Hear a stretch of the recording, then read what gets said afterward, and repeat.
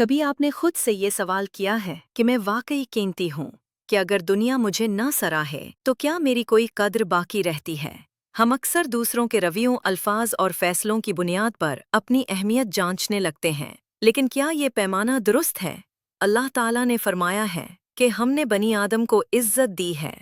اس کا مفہوم ہے کہ انسان چاہے مرد ہو یا عورت، اللہ کے نزدیک معزز ہے۔ یہ عزت اللہ کی طرف سے ہے، نہ کہ کسی دنیاوی کامیابی یا لوگوں کی رائے سے۔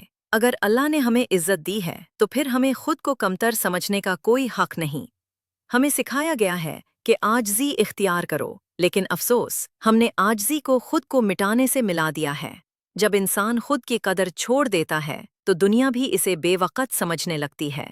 نبی کریم صلی اللہ علیہ وآلہ وسلم نے فرمایا کہ اللہ تمہاری شکلوں اور تمہارے مال کو نہیں دیکھتا، بلکہ وہ تمہارے دلوں اور اعمال کو دیکھتا ہے۔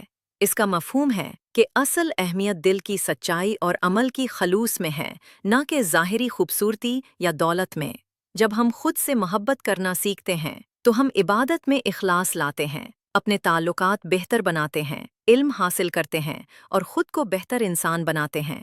اور یہ سب کچھ صرف اس لیے نہیں کہ لوگ ہمیں سراہیں، بلکہ اس لیے کہ اللہ ہمیں دیکھ رہا ہے۔ اکثر خواتین اپنی پوری زندگی دوسروں کے لیے قربان کر دیتی ہیں، لیکن خود کے لیے وقت نہیں نکالتیں۔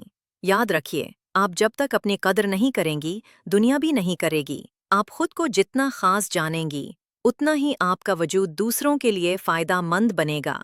اللہ تعالیٰ نے فرمایا ہے کہ وہ کسی قوم کی حالت نہیں بدلتا جب تک وہ خود اپنی حالت نہ بدلیں۔ اس کا مفہوم ہے کہ اپنی حالت کو بہتر بنانے کی شروعات انسان کو خود کرنی ہوتی ہے۔ اگر کبھی کوئی آپ کو توڑنے کی کوشش کرے تو یاد رکھیں کہ اللہ آپ کے دل کے حال سے واقف ہے۔ اللہ تعالیٰ نے فرمایا ہے کہ وہ دلوں کے حال خوب جانتا ہے۔ اس کا مفہوم ہے کہ وہ ہر اس درد، ہر اس تکلیف اور ہر اس خاموشی کو جانتا ہے جو کوئی دوسرا نہیں جانتا۔ تو بس خود کو وہ مقام دیجیے جو اللہ نے دیا ہے۔